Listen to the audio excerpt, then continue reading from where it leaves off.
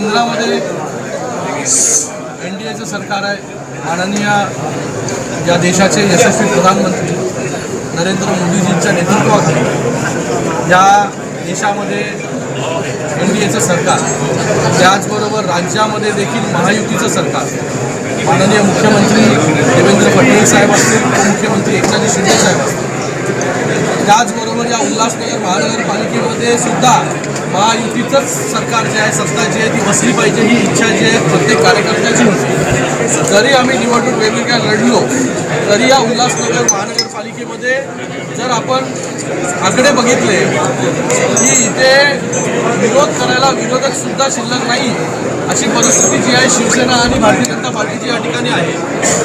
आज या ठिकाणी आनंद होतोय की आज माननीय मुख्य नेते उपमुख्यमंत्री एकनाथ शिंदे साहेबांच्या नेतृत्वाखाली आणि त्याचबरोबर रवींद्र चव्हाण साहेबांच्या नेतृत्वाखाली या उल्हासनगर म्युन्सिपल कॉर्पोरेशनमध्ये महापौर पदासाठी सौ निकम मॅडम आणि त्याचबरोबर उपमहापौर पदासाठी अमर लुंड हे दोन्ही जे आहे शिवसेना आणि भारतीय जनता पार्टी याचे उमेदवार जे आहे हे या ठिकाणी त्यांनी उमेदवारी अर्ज भरलेला आहे. या Ulhasnagar municipal कॉर्पोरेशनमध्ये Shiv Sena, Bharatiya Janata party, Sai party, Vanchit Bahujan आघाडी, RPI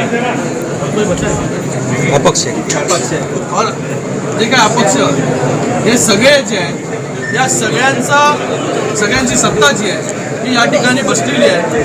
विरोधक जे आहे या उल्हासनगर म्युन्सिपल कॉर्पोरेशनमध्ये जे आहे आता विरोधक शिल्लक जे आहे ते राहिलेलं नाही. पूर्ण मॅन्डेट जे आहे हे या उल्हासनगरवासियांनी महायुतीला दिलेलं आहे. म्हणून आज महायुतीचे दोन्ही उमेदवारांनी या ठिकाणी उमेदवारी अर्ज दाखल केलेला आहे. येणाऱ्या 3 तारखेला या उल्हासनगर म्युन्सिपल कॉर्पोरेशनमध्ये शिवसेनेचा महापौर बसेल आणि त्याचबरोबर भारतीय जनता पार्टीचा उपमहापौर या ठिकाणी बसेल आणि भविष्यामध्ये चांगलं काम या उल्हासनगर म्युन्सिपल कॉर्पोरेशनमध्ये ही दोन्ही मंडळी आहेत त्याचबरोबर सगळे नगरसेवक जे आहेत ते या ठिकाणी नियुक्त करतील. महापौर उपमहापौरचा फॉर्म्युला किती वर्षाचा ठरलेला आहे सर? आत्ता बघा, महापौर शिवसेनेचा झालेला आहे, उपमहापौर भारतीय जनता पार्टीचा झालेला आहे.